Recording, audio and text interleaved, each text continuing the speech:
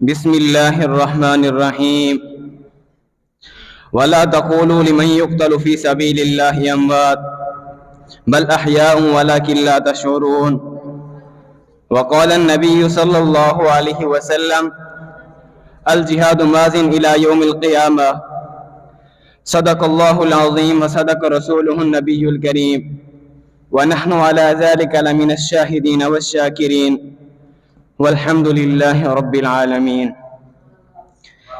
زنجیر جنوں کا تحفہ ہے زنجیر سے کیا گھبرانا، زنجیر جنوں کا تحفہ ہے زنجیر سے کیا گھبرانا، ہم ہاتھ بڑھائے ہیں پہنائیے جسے ہے پہنانا، سوچا ہے کفیل اب کچھ بھی ہو ہر حال میں اپنا حق لیں گے، عزت سے جیے تو جی لیں گے یا جام شہادت پی لیں گے۔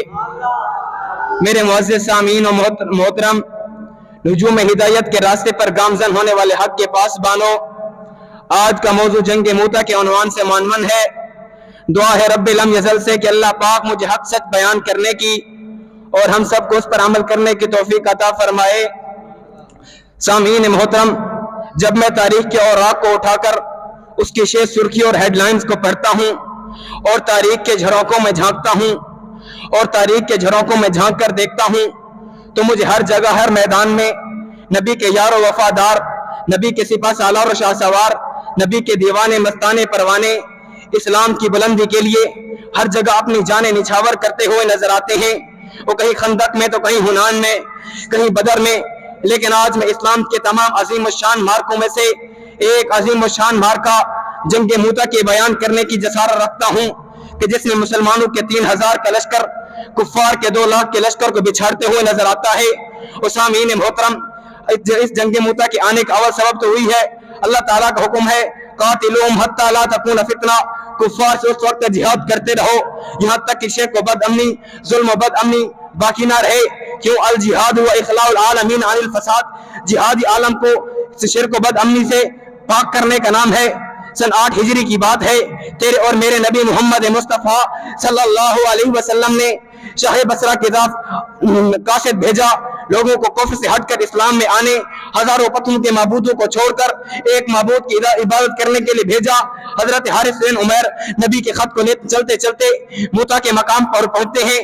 جب پہنچتے ہیں تو ایک بدبخت لعین شرجیل غسانی آقا کے اس قاصد کو قتل کروا دیتا ہے۔ اور جب یہ خبر تیرے اور میرے نبی محمد مصطفیٰ کی بارگاہ میں پہنچتی ہے، بارگاہ نبوت میں پہنچتی ہے، بارگاہ رسالت میں پہنچتی ہے، تو تیرے اور میرے نبی سے بیٹھا نہیں جاتا۔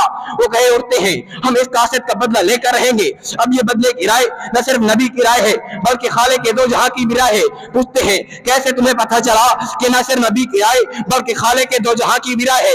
میں کہا کرتا ہوں آ قرآن اٹھا، تو بھی اٹھا، میں بھی اٹھ جاتا ہوں، آ تو بھی قرآن پڑھ، میں بھی پڑھتا ہوں، میں تو ہر روز پڑھتا ہوں، مجھے صاف دکھتا ہے۔ اللہ فرماتے ہیں وما ينطق عن الهوى ان هو الا وحی یوحى، میرا نبی اپنی مرضی سے نہ کوئی کام کرتا ہے نہ کوئی کرنے کا حکم دیتا ہے، کرتا وہی ہے جس کو میں حکم دیتا ہوں۔ اب نبی کے یاروں پیاروں کے اس جلوے کو دیکھ کر ان سے بیٹھا نہیں جا رہا کہ کب نبی پاک ہم کو حکم دیتے ہیں ہم اس کو حکم کو قبول کرتے ہوئے کفار کے لشکر کے پر خچے اڑاتے ہوئے نظر آئیں۔ اب نبی کے یاروں دیوانوں مستانوں کے جوش و ولولے کو دیکھ کر شہر کا جھوم جھوم کر کہتا ہے یہ پھرتی ہے بلبل چونچ میں گل، یہ پھرتی ہے بلبل چونچ میں گل، شہید ناز کی تربت کہاں ہے؟ بیٹھے ہو کیا؟ اٹھو ہاتھ میں تلوار لو، راہ خدا میں جان دو، ہو رہے ہیں انتظار میں۔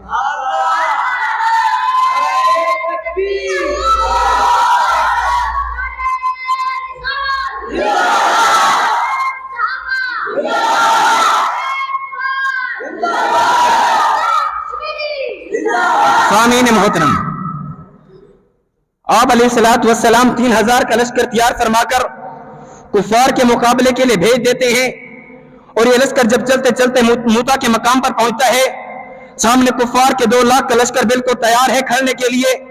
بعض صحابہ رہ دیتے ہیں کہ ہم حضور علیہ السلام کے پاس بھیجتے ہیں، شاید حضور کچھ قاصد بھیج دیں یا کچھ اور آدمی بھیج دیں تاکہ ہمیں معاملت ہو جائے۔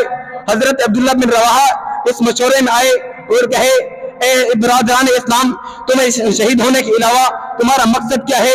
تم آئے جس مقصد کے لیے ہو آج اس سے کیوں ڈر رہے ہو؟